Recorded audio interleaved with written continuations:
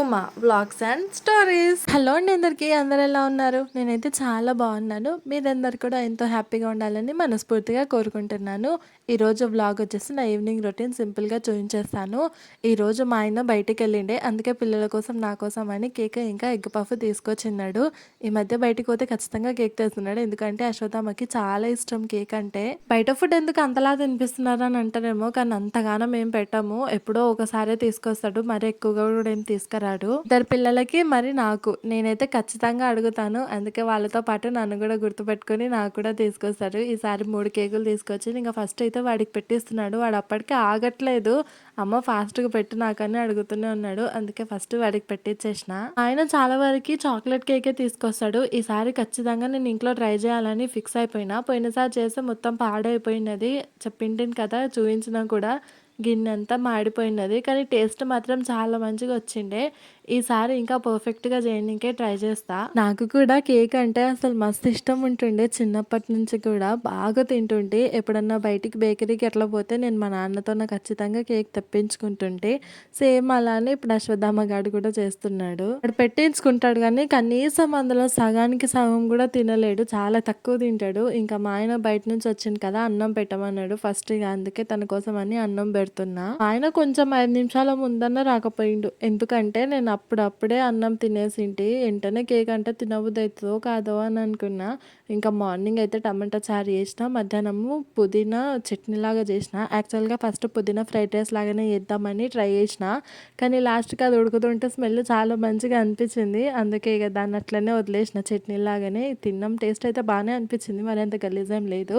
ఇక్కడ చూడండి, అశ్విత వాళ్ళ అన్నయ్యకి మంచి తాడు పట్టించి ఇట్లా ఎట్లా పోతుందో వెనకాల, అసలు మస్తు కామెడీ అనిపించింది. డైరెక్ట్గా ఎట్లా చూస్తే చిన్న దూడపిల్లని తోలుకపోతున్నట్టు తోలుకపోయింది నా బిడ్డ. ఇంక ఇడనేమో అందరం తినేసిన తర్వాత టీవీ చూసుకుంటూ ఉన్నాము. ఇంకెట్లా ఈవినింగ్ అయింది కదా, మా అమ్మమ్మకి ఛాయ్ ఇచ్చేద్దామని ఇచ్చేసి వచ్చిన. ఇంట్లో తాత కూడా తిన్నారు, తాత కూడా ఛాయ్ ఇచ్చి మా ఆయనకి కూడా కాఫీ పెట్టిచ్చేసిన. పిల్లలకి పాలు ఉంటుతున్నాయి కాబట్టి ఇక వాళ్ళకు కూడా పాలు తాపుతున్నా పొద్దున సాయంత్రము. ఎప్పుడన్నా ఒక రోజు మర్చిపోతే వాళ్ళే గుర్తు చేస్తారు. ఇక మా ఆయన వాళ్ళు రీసెంట్గా మాకు దగ్గరలో ఉన్న జాతరకి పోయినారు. ఆడ చెరుకులు తీసుకొచ్చిన, ఆ చెరుకులు చాలా రోజులు అయింది, వారం రోజులేమో ఇంకా తింటూనే ఉన్నారు అవి. మా ఆయనకి అసలు చెరుకు తినాలంటే ఇంట్రెస్ట్ అనిపించదు, ఎందుకంటే అది కొరకాలి, నమలాలి, ఉమ్మాలి అని పెద్ద ప్రాసెస్ అని అంటాడు. చెరుకు రసం అయితే ఈజీగా తాగేస్తాడు, కానీ ఈ మధ్య ఎందుకు అవి కొంచెం తీయగా అనిపిస్తున్నట్టున్నాయి. చెరుకులు బాగానే తింటుండు, కానీ అవి తినడం మేము, కానీ నాలుక మొత్తం పగులుతుంది కదా, అసలు ఏది తినబుద్దే కాదు.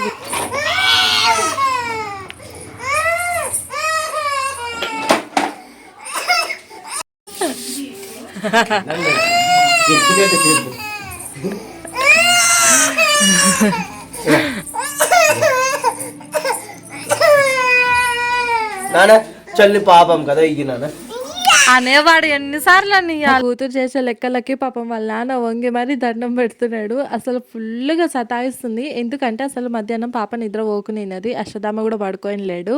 మధ్యాహ్నం నేను ఎంత ఊపి నిద్ర పోదాం అనుకున్నా నిద్ర పోదు, సాయంత్రం అయినట్టు నిద్ర వచ్చి ఇట్లా సతాయిస్తూ ఉంటారు. నిద్రపోలేకనే ఆ పాప అంతగానం ఏడుస్తుంది. పాపం వాళ్ళ నాన్న మాత్రం అస్సలు లేగలేకపోతున్నాడు. అశ్వితతోన ఇద్దరికి తలా ఒక బండి ఉంది, మీకు గుర్రము వాడికి బండి, కానీ ఆమె మొత్తం ఆపోజిట్ చేస్తుంది. వాడు ఏం తీసుకుంటే అది కావాలని ఒకటే గోల చేస్తుంది. పాపం వాడు కూడా ఎంతసేపు అని ఎగుతాడో చెల్లిని. వాడు కూడా చాలా గ్రేట్. వాళ్ళ చెల్లి కొట్టినా ఏమన్నాడు, తిట్టినా ఏమన్నాడు, ఆ పాప అరిచినా కూడా ఏమన్నాడు, నా చెల్లి నా చెల్లి అనుకుంటూనే ఉంటాడు. చాలా ప్రేమ ఎక్కువగా చూపిస్తాడు అశ్వత్థామ. ఇంకా కొన్ని బట్టలు ఉంటే అవన్నీ మడత పెట్టేసిన. నైట్ అయినంటనే ఏం వంట చేయాలనో అర్థమే కాలేదు, అందుకే వంజచినమ్మ దుకాణం దగ్గరికి వస్తే పెరుగు ప్యాకెట్ల కోసం అని పంపించింటి. ఈ మధ్య డైలీ పెరుగు చారు చేస్తున్నాను, అందులో మంచిగా తినాలనిపిస్తుంది కూడా అందరికీ, అందుకే ఎవరు కూడా ఏమనుకుంటే మంచిగా ప్రశాంతంగా తింటున్నారు. పెరుగు చారు కూడా చాలా ఈజీ ప్రాసెస్ అండి, నాకు తెలిసి చాలామందికి తెలియదంట పెరుగు చారు. మా ఊర్లో కూడా రీసెంట్గా మా అమ్మమ్మ బియ్యం ఉడకబెట్టినప్పుడు చాలామంది వచ్చిన్నారు ఇంటికి తినడానికి, అప్పుడు చేస్తే వాళ్ళకి తెలియదని చెప్పినారు. ఈ థమ్స్అప్ తీసుకొని ఇప్పటికీ ఒక 1 వీక్ ఏమో అవుతుంది, అప్పటి నుంచి ఇప్పటి వరకు ఫ్రిడ్జ్లో గట్లనే ఉంది, ఎవ్వరు తాగట్లేదు. కనీసం అది తాగాలని ఇంట్రెస్ట్ కూడా రావట్లేదు. మా ఆయన తీసుకొచ్చిన కేక్ కూడా అలానే ఉంది. ఆఫ్టర్నూన్ కొంచెం తిన్నాము, ఇంకా కొంచెం అట్లనే పెట్టిన. పిల్లలకి ఎక్కువ పెడితే ఆ క్రీమ్ మోషన్స్ ఇంకా వామిటింగ్స్ అయితే కదా అని పెట్టలేదు. నేను కిచెన్లో నేను దేవుని రూమ్కి ఇట్లా కర్టెన్ వేసిన, ఇంతకుముందు అప్పుడు ఎప్పుడో వేస్తుంటే, కానీ మధ్యలో ఒకసారి తీసినా ఇంకా మర్చిపోయిన వేయటము మొత్తానికే, అందుకే అందుకే రీసెంట్గా మళ్ళీ ఒకసారి గుర్తుకొచ్చింది, కర్టన్ ఇట్లా వేస్తే బాగుంటుందేమో కదా దేవుడికి అన్నట్టు గుర్తుకొచ్చి ఇంకా వేసేసిన. ప్రస్తుతానికైతే అన్నానికి పెట్టేసిన, అన్నం అయ్యింది, ఇంకా వంటని స్టార్ట్ చేస్తుంది. కొన్ని గిన్నెలు ఉంటే అవి మాత్రం దోమేసిన, దానిలో పని అయిపోయింది. ఇంకా వంట అంటే చారు ఒక్కటే చేయాల్సింది ఉంది. ఎంతసేపు తొందరనే అయిపోతుంది, కాకపోతే ఇంకా చేయడానికి ఓపిక అనిపించాలి. ప్రతిరోజు పెరుగుచారు తిన్నా కూడా మా ఇంట్లో బోర్ కొడతలేదు ఎవరికి కూడా, ఎందుకంటే చాలా టేస్టీగా చేస్తాను నేను. నాకు కూడా చాలా ఇష్టం పెరుగుచారు నేను చేస్తే. మా అమ్మ అందులో ఉల్లిగడ్డలు, పచ్చి ఉల్లిగడ్డలు వేసుకొని చేస్తే బాగుంటుందని చెప్తుంది. కానీ నేను తాలింపు పెట్టేటప్పుడు అందులోనే ఉల్లిగడ్డలు కూడా వేయించి అప్పుడు ఇందులో కలుపుతాను.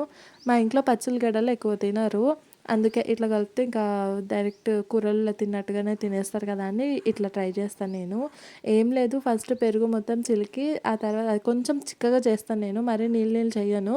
చిక్కగా చేసిన తర్వాత దాన్ని తాలింపు పెట్టేస్తాను. మెయిన్ ఇంపార్టెంట్ అందులో పచ్చికాయలు, ఇంకొకటి కరివేపాకు ఉంటే ఇందులో టేస్ట్ చాలా మంచిగా అనిపిస్తుంది. ఈ ప్రాసెస్ కూడా నాకు మా అమ్మనే చెప్పింది, ఇంతకుముందు మా ఇంట్లో కూడా ఎవరికి తెలియకుండే, రీసెంట్గానే తెలుసుకున్నాను. అందుకే ఇంక అప్పటి నుంచి చేస్తున్నా.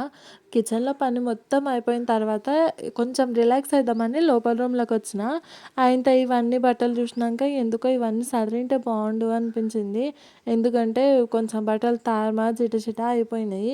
కింద అశ్వితమ్మ అయితే ఇంతకుముందే చదిరిపెట్టిన, లాస్ట్ బ్లాగ్లో చూపించిన కదా. ఇంకా నావి అశ్వత్థామ గాడివి ఉన్నాయి, అవంతా పాడైపోయినాయి అని అన్నీ ఒకేసారి ఇంకా ఆలోచించకుండా కిందికి దొబ్బేసి పని మొదలెట్టిన. ఎందుకంటే అబ్బా ఇప్పుడు చేయాలనా, ఇప్పుడే చేయాలనా అని ఆలోచించకపోతే చాలా లేట్ అవుతుంటుంది. ఇంకా అందులో పనికిరాని బట్టలు మళ్ళీ ఇన్ని గానం వెళ్ళినాయి. నా ఒక 3-4 డ్రెస్సులు తీసిన, అశ్వత్థామ గారివి చాలానే టీషర్ట్లు తీసేసిన. ఇంకా అక్కడ పని అయిపోయిన తర్వాత ఇప్పుడు బీరువా దగ్గరికి వచ్చిన. బీరువాలో కూడా అన్ని బట్టలు కిందికి దొబ్బేసిన. అప్పటికి టైం 8 ఏమో అవుతుంది. మేము డైలీ ఖచ్చితంగా 8:30కి తింటాము. మేము టైం టు టైం కంపల్సరీగా 8:30కి తింటాము. ఇంకా 8 అవుతుంది కదా, ఎప్పుడు చదువుదాం అబ్బా అని ఆలోచించిన. కాకపోతే ఇక ఉండలే అని చెప్పేసి తొందరగా చదివేద్దామని చెప్పేసి కిందికి దొబ్బిన. ఎందుకంటే ఓపిక ఉన్నప్పుడు ఇలాంటి పనులు చేసుకోవాలి, ఓపికగా పోయిందంటే ఈ పనులు ఇంకా మొత్తానికే చేసుకోబుద్ది కాదు. చాలా ఫ్రాక్స్ ఉన్నాయి నాకు దుబ్బగా లేచేటివి, అంటే కొంచెము పట్టు టైప్లో ఉంటాయి కదా, ఇట్లా పెద్దగా అనిపించాయి. ఆ ఫ్రాక్స్ అన్నింటికి ముడేసి పెట్టేసిన పెద్దగా లేవ్వకుండా, ఎందుకంటే ఆ బీరువాల ప్లేస్ లేదు. ఈ ఇంట్లో ర్యాకులు ఉంటే మాకు ఇంత బాధ ఉండదు, ఎందుకంటే డైలీ వేర్కి ఇంకా ఎక్కువ బట్టలు ఏమన్నా అప్పుడప్పుడు వేసుకోవాల్సినవి ఉంటాయి కదా, అవన్నీ కూడా బయట పెట్టుకోనికే కుదురుతుంది మాకు. కొంచెం బీరువాల ప్లేస్ అన్న తగ్గుతుంది. కానీ ఇంట్లో ఏ సెల్ఫ్లు లేక ఉన్న కాడికి ఎట్లో అట్లా అడ్జస్ట్ చేద్దామని కుక్కుతా కాబట్టి ఆ మాత్రమైన పడుతున్నాయి బట్టలు.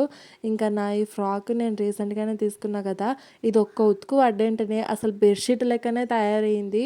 ఎంత లావు అనిపిస్తుంది అంటే క్లాత్, నాకన్నా డ్రెస్ ఎక్కువ బరువు ఉన్నట్టు అనిపిస్తుంది నాకు. అలా వరకు నావి బట్టలన్నీ మా అమ్మ వచ్చినప్పుడే చదువుతుంది, ఎందుకంటే నాకు ఓపిక ఉండదు, ఇంట్లో పనులు చేసుకొని నేను అలసిపోతా అని అనుకుంటుంది పిల్లలతో అట్లా. అందుకే మా అమ్మ వచ్చినప్పుడల్లా కంపల్సరీగా చదువుతుంది. ఈసారి కూడా నా శారీలు అన్నీ మా అమ్మనే చదిరిపెట్టింది. ఈ డ్రెస్సులు కూడా చదువుదాం అనే టైంలోపే మేము గుడికి పోయే టైం అయిందని చెప్పేసి రెడీ అయిపోయి గుడికి వెళ్ళిపోయినాము. ఇంకా ఇవైతే అలానే ఉన్నాయి. ఇంకా అందుకే అమ్మ వాళ్ళు పోయిన తర్వాత నేను ఈ పని చేసుకుంటున్నాను.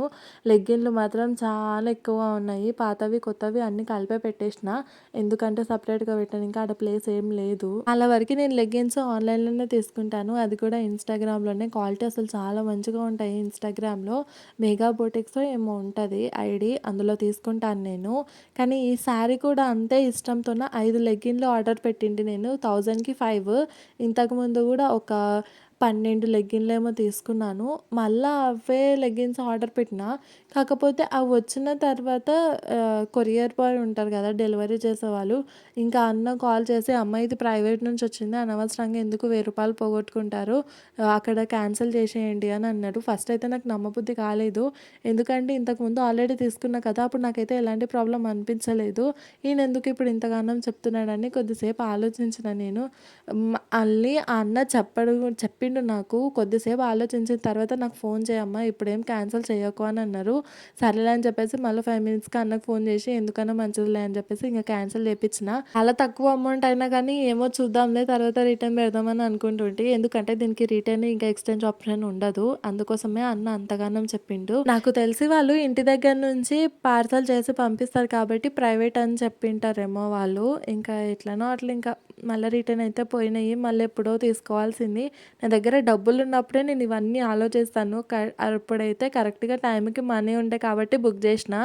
ఇక మళ్ళీ ఎప్పుడో మనీ ఉన్నప్పుడు ఆర్డర్ పెట్టుకోవడానికి చూడాలి. ఈ మధ్య షైనీ లెగ్గిన్స్ ఆన్‌లైన్‌లో గానీ, బయట గానీ చాలా ఎక్కువైతున్నాయి కదా! అవి కూడా ఒకసారి ట్రై చేయాలనిపిస్తుంది.